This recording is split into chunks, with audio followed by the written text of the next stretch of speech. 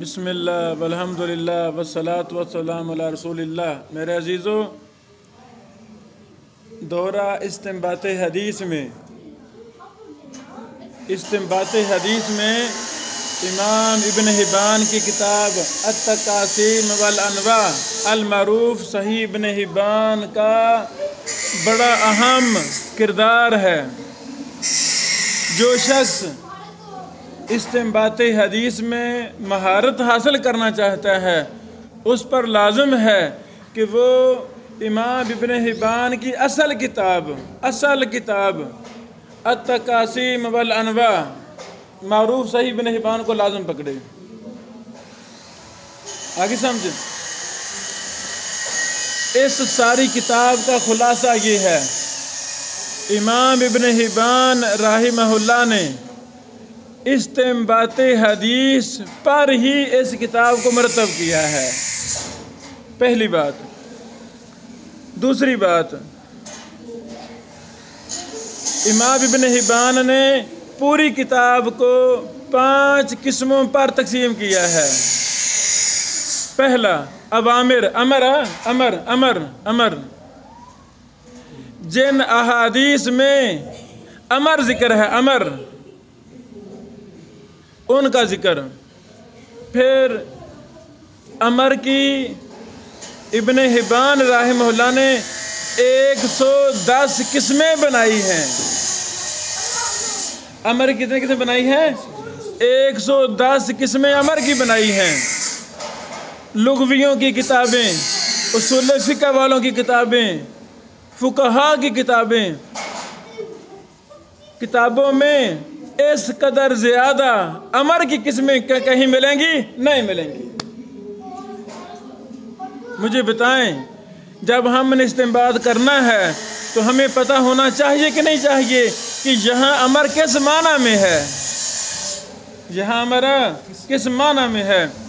ابن حبان کی قبر پہ اللہ کروڑوں رحمت نازل فرمائے، انہوں نے امر کی 110 قسمیں بنائی ہیں اور ہر قسم کا معنی الگ سے بیان کیا ہے۔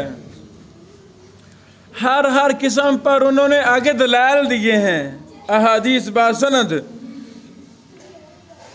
پھر ان احادیث کے آخر میں اور شروع میں وضاحتیں کی ہیں، استنباط کیا ہے، استخراج کیا ہے کہ جو میں نے اس امر کا یہ معنی مراد لیا ہے، اس کی یہ دلیل ہے۔ اللہ اکبر، واضح؟ اچھا، یعنی یہ استنباط کی کتاب ہے، یہ اصول فقہ کی کتاب ہے۔ جب تک یہ کتاب عالم پڑھ نہ لے اس کو صحیح بخاری کی سند نہیں دینی چاہیے، اتنی یہ اہم کتاب ہے۔ نہیں، امام ابن حبان نے نہیں کی 110 قسمیں بنائی ہیں، امر کی بھی 110 اور نہیں کی بھی 110۔ اخبار، ان کی امام ابن حبان نے 80 قسمیں بنائی ہیں، اور اباحات، مباح کی امام ابن حبان نے 50 قسمیں بنائی ہیں۔ یہ اصولیوں کی کتابوں میں اس قدر مفصل بحث نہیں ہے، اور ہر قسم پر دلائل کہاں سے دیے؟ احادیث سے، باسند احادیث سے۔ افعال، نبی علیہ السلام کے افعال مبارک، امام ابن حبان نے نبی علیہ السلام کے افعال کو 50 قسموں میں تقسیم کیا ہے۔ واضح؟ اچھا بیٹو، ترکی کے 2 دکتور بھائیوں نے مل کر اس کتاب کی تحقیق کی ہے، اللہ ان کو جزائے خیر دے۔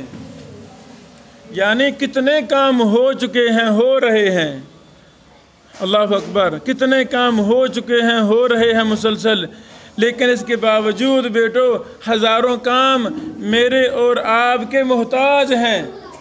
ہزاروں کتب احادیث، کتب تفاسیر، کتب فقہ، کتب علل، جرح و تعدیل، ہزاروں کی تعداد میں ابھی تک وہ مخطوطات پڑی ہیں، وہ افراد کی منتظر ہیں، اٹھیں علماء، اٹھیں نوجوان، اٹھیں محدثین، ان پر کام کریں۔ یعنی التقاسیم والانواع تاریخ اسلام میں پہلی بار ترکی کے ان دو شیوخ اور محدثین کی تحقیق سے یہ پہلی بار چھپی ہے۔ سمجھ لگی؟ چھپی کب ہے؟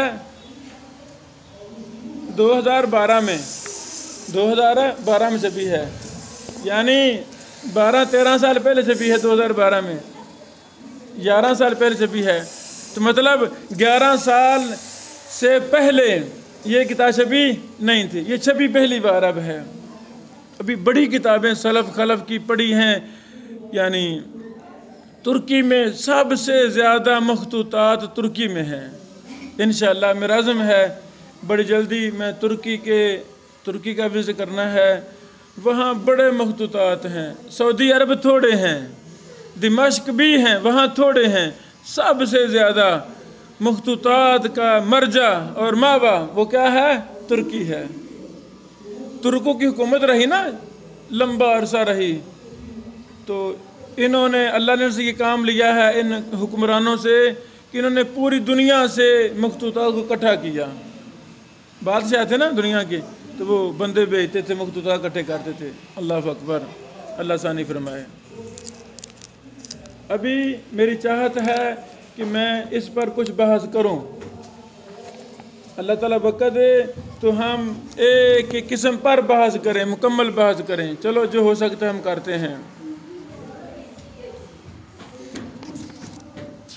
اس کتاب کا صفحہ نمبر 63 ہے، جلد پہلی ہے۔ اس میں ابن حبان رحمہ اللہ نے کہا ہے کہ میں نے احادیث کو 5 قسموں میں تقسیم کیا ہے۔ فَأَوَّلُهَا الْأَوَامِرُ الَّتِي أَمَرَ اللَّهُ تَعَالَى عِبَادَهُ بِهَا، وَالثَّانِي النَّوَاهِي الَّتِي نَهَى اللَّهُ عِبَادَهُ عَنْهَا، وَالثَّالِثُ إِخْبَارُهُ عَمَّا احْتَاجَ إِلَى مَعْرِفَتِهَا، وَالرَّابِعُ الْإِبَاحَاتُ الَّتِي أُبِيحَ ارْتِكَابُهَا، والخامس أفعال النبي صلی اللہ علیہ وسلم التي انفرد بفعلها۔ یہ 5 قسمیں۔ اللہ اکبر۔ آگے اس کے فوراً بعد صفحہ نمبر 65 پر امام ابن حبان نے اوامر کی تمام قسموں کو یہاں ذکر کر دیا ہے، خلاصتاً۔ اصل کتاب میں پھر ہر قسم کے آگے مثالیں دی ہیں، وضاحتیں کی ہیں۔ اللہ اکبر۔ یہ صفحہ نمبر 65 ہے۔ امام ابن حبان رحمہ اللہ لکھتے ہیں القسم الاول من اقسام سنن وهو الاوامر، حکم اوامر۔ قال ابو حاتم رحمہ اللہ، ابن حبان کی کنیت کیا ہے؟ امام ابو حاتم۔ ایک ہے ابو حاتم رازی، وہ اور ہیں، یہ اور ہیں۔ اچھا، پچھلے سالوں میں نے التقاسیم والانواع اور امام ابن حبان پر بھی ایک دورہ کروایا ہے مستقل۔ پھر ابن حبان کے شہر بست، افغانستان کا شہر بست اب بھی ہے، اب تو بنجر ہے، یہ زیر زمین شہر تھا۔ وہاں بیٹھ کر امام ابن حبان نے کتابیں لکھی۔ بست کی تاریخ پر پھر میں نے پوری کتاب لکھی ہے، تاریخ بست، وہ بھی چھپی نہیں ہے، انشاءاللہ اگلے دن ہم شائع کریں گے۔ اچھا، ابن حبان فرماتے ہیں تدبرت خطاب الاوامر عن المصطفى لاستكشاف ما تباه في جوامع كلمه فرأيتها تدور على 100 نوع و10 انواع۔ یعنی میں نے نبی علیہ السلام کے امر پر غور کیا تو مجھے امر کی 110 قسمیں ملیں۔ اللہ اکبر۔ آج تک بس یہی ہم 2 باتیں مشہور ہیں، امر وجوب کے لیے ہے، دوسری بات دلیل مل جائے تو امر پھر جاتا ہے، یہی نا، تو باقی 2 ہوگی، یہ تو باقی 110 قسمیں۔ اللہ اکبر۔ یاجب علی کل منتہل للسنن ان یعرف فصولها وکل منصوب الی العلم ان یقف علی جوامعها لئلا یضع سنن